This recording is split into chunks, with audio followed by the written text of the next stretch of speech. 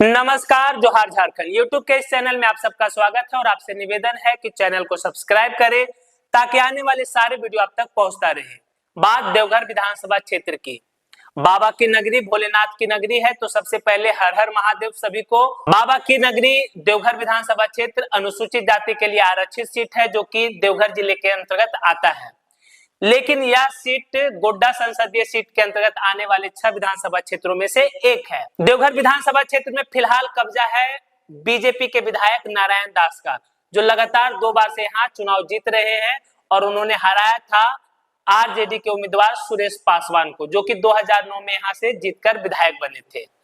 अगर देवघर विधानसभा क्षेत्र के समीकरण की बात करिएगा तो यहाँ पर जीत और हार का जो फॉर्मूला है वो तय करते हैं सवर्ण जाति और यादव जाति से आने वाले वोटर्स की। यहाँ पर लगभग 3,62,000 कुल वोटर्स है। अगर संख्या बल की बात करें तो यहाँ पर सबसे ज्यादा यादव जाति से आने वाले मतदाता है, जिनकी संख्या 80,000 के आसपास है। वहीं बात करें ब्राह्मण समाज से आने वाले मतदाता की संख्या, उनकी संख्या भी 50 से 60,000 के आसपास है। वैश्य समाज के मतदाताओं की संख्या की बात करें तो उनकी संख्या भी 50 से 60,000 के आसपास है। महतो बिरादरी से आने वाले वोटर्स की बात करें तो उनकी संख्या 30 से 40,000 है।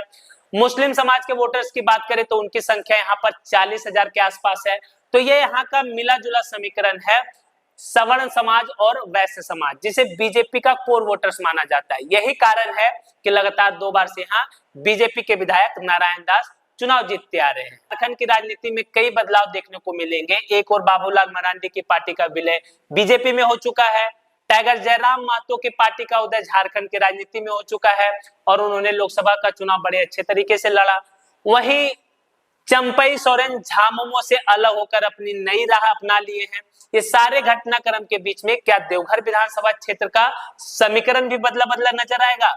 तो देखिए, यहाँ पर एक बदलाव होने की संभावना है कि एक तरफ महागठबंधन अगर एकजुट होकर लड़ती है तो आरजेडी को इसका फायदा होगा, लेकिन आरजेडी का जो कोर वोटर्स है, जिसे यादव समाज और मुस्लिम समाज, वो मतदान के समय निष्क्रिय रहते हैं।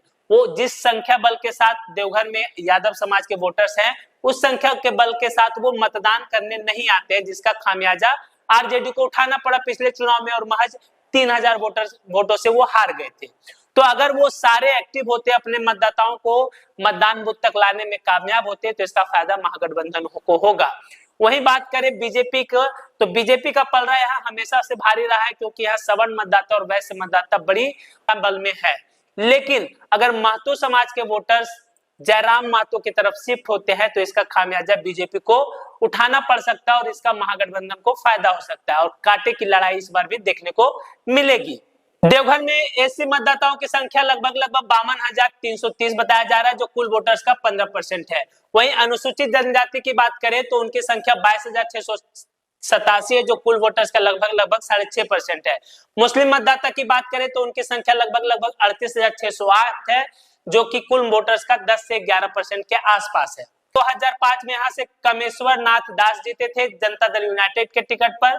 2009 में सुरेश कुमार पासवान आरजेडी के टिकट पर। 2014 में नारायण दास। 2019 में नारायण दास बीजेपी के टिकट पर विधायक बने। 2019 के चुनाव परिणाम की बात करिएगा तो नारायण दास को वोट मिला था 95,491। वहीं सुरेश पासवान को वोट मिला था 92,867 और जेबीएम के निर्मला भारती को वोट मिला था लगभग 10,000। तो जीत और हार का अंतर लगभग 26-27 वोटों का रहा।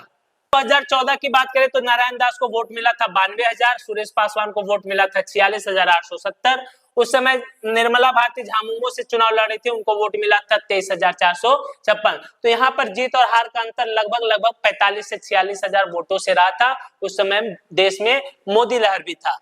2009 की बात करें तो सुरेश पासवान यहाँ से चुनाव जीते थे, उनको वोट मिला था 49,602 और बलदेव दास जेबीएम से थे, उनको वोट मिला था 31,862 और कमेश्वर नाथ दास जेडीयू से थे, उनको वोट मिला था 13,909।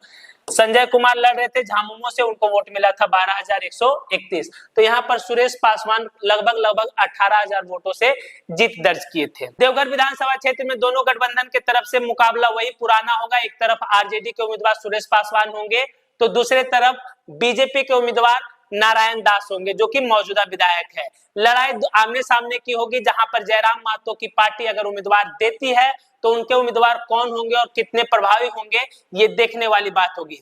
अगर जयराम महतो की पार्टी खास करके महतो समाज के वोटर्स को अपनी ओर लुभाने में कामयाब होते हैं तो इसका नुकसान बीजेपी को होगा, क्योंकि इस सीट पर जो महतो बिरादरी के वोटर्स है वो हमेशा बीजेपी को वोट करते आए हैं। वही यादव जाति से आने वाले मतदाता इस बार कितनी सक्रियता के साथ मतदान बूथ तक पहुंचते हैं, ये भी देखने वाली बात होगी। अगर ऐसा हुआ तो इस बार लड़ाई बड़े कांटे की होगी और मुकाबला बड़ा रोचक होगा पिछले चुनाव की तरह। बाकी आपको क्या लगता है, अपनी प्रतिक्रिया कमेंट बॉक्स में जरूर दें।